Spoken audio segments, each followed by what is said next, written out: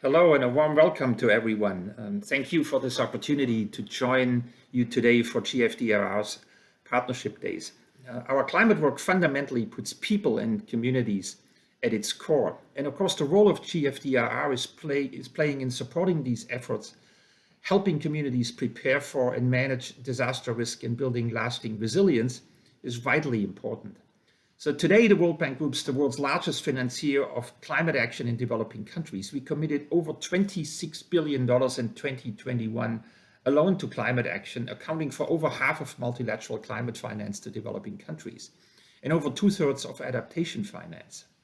In June last year, 2021, we launched our second climate change action plan, shifting our focus from investing in green projects to greening entire economies.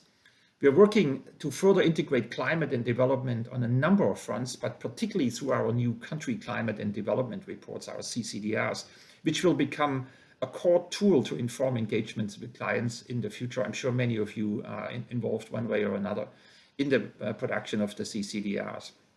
These CCDRs will lay out a blueprint for each country, for individual countries to deliver on their climate and development objectives together, helping them identify and prioritize investments that best suit their needs. We intend to make these public so that other donors, lending institutions, or companies can also use them to guide their investments. At the World Bank Group, we have already announced a 35% target of financing for climate on average over the next 5 years annually, and at least 50% of IDIBRD climate finance to support adaptation. A core part of the action plan focuses on the key systems transformations: energy, agriculture, food, water, and land, cities, transport, and hard-to-abate sectors in manufacturing that must be transformed to address climate change, achieve a resilient and low-carbon future, and support the protection of natural capital and biodiversity.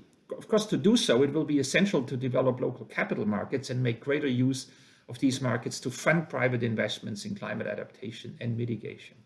The action plan also places a strong emphasis on approaches that integrate people and communities into the low-carbon transition. So rather than being left behind, they are beneficiaries of the new climate economy of the future. So now, how does GFDRR fit into this overall action plan? Of course, GFDRR makes a significant contribution to our diagnostics for climate and resilience through TA and financial support.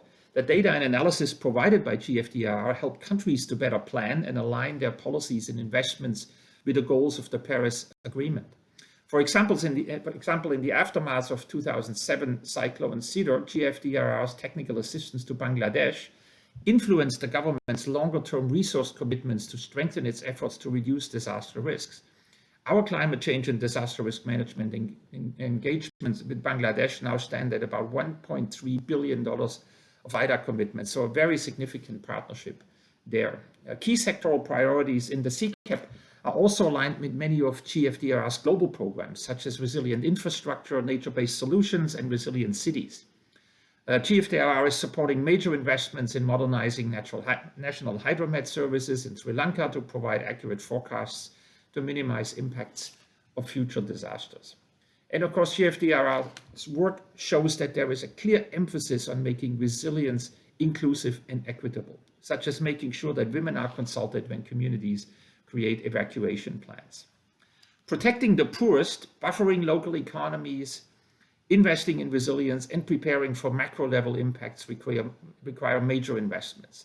But with commitment from governments, multilaterals like the World Bank Group, technical organizations, academia, and the private sector, they are actually achievable. Now, I'd like to hand the discussion over to Anna Wallenstein, who is the Regional Director for Latin America and the Caribbean, to explain how these action plans actually translate into projects on the ground. Thank you very much.